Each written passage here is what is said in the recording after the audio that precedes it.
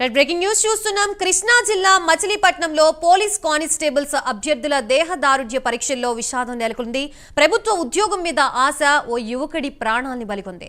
1600 మీటర్ల పరుగు పందెంలో 25 సంవత్సరాల దారావత చంద్రశేఖర్ సొమ్మసిల్లి పడిపోయాడు. దీంతో అధికారులు చికిత్స నిమిత్తం మచిలీపట్నం సర్వజన ప్రభుత్వ ఆసుపత్రికి చంద్రశేఖర్ ని తరలించారు.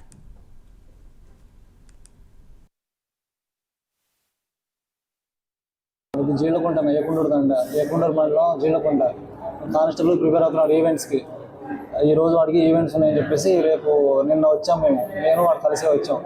హోటల్ రూమ్ తీసుకొని నైట్ అక్కడ స్టే చేశాడు. ఎర్లీ మార్నింగ్ హోటల్ దగ్గరికి గ్రౌండ్ దగ్గరికి వెళ్ళి దింపేసి రూమ్కి వచ్చేసి బ్రష్ చేసి వెళ్ళి మా వాళ్ళు అందరిది అయిపోతున్నాయి, ఇంకా వీడు రావట్లేదు అని చెప్పేసి నేను ఫోన్ చేస్తుంటే ఫోన్ లిఫ్ట్ చేయట్లా.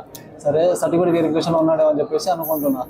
దాని తర్వాత ఫోన్ చేస్తే ఫోన్ కలవట్లేదు. దాని తర్వాత మళ్ళీ చేస్తే రింగ్ అయితే ఫోన్ ఎత్తి ఏంట్రా అయిపోయిందా ఈవెంట్స్ అని అంటే, నేను పడిపోయాను హాస్పిటల్లో ఉన్నానంటే ఇలా నవ్వుతా అంటున్నాడేమో అనుకున్నా.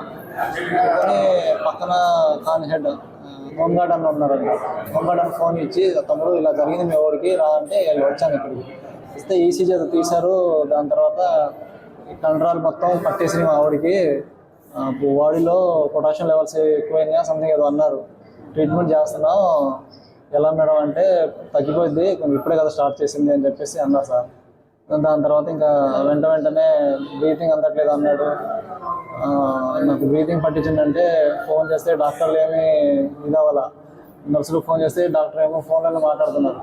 దాని తర్వాత బ్రీతింగ్ పట్టిస్తే ఇంక అప్పటికి మాట్లాడలా, కళ్ళు మొత్తం పైన తేలేశాడు. చికిత్స పొందుతూ చంద్రశేఖర్ ఆసుపత్రిలో మరణించాడు. ఏకొండూరు గ్రామానికి చెందిన దారావత చంద్రశేఖర్ బుధవారం నాడు తన స్నేహితుడు గోపితో కలిసి పోలీసు సెలక్షన్స్ కి వచ్చాడు. పరుగు పందెంలో స్నేహితుడు చంద్రశేఖర్ మరణించడంతో గోపి కన్నీటి పర్యంతమయ్యాడు. చంద్రశేఖర్ కి ఎలాంటి ఆరోగ్య సమస్యలు లేవని గోపి చెప్తున్నాడు. మృతుడు చంద్రశేఖర్ కుటుంబ సభ్యులకి పోలీసులు సమాచారం అందించారు.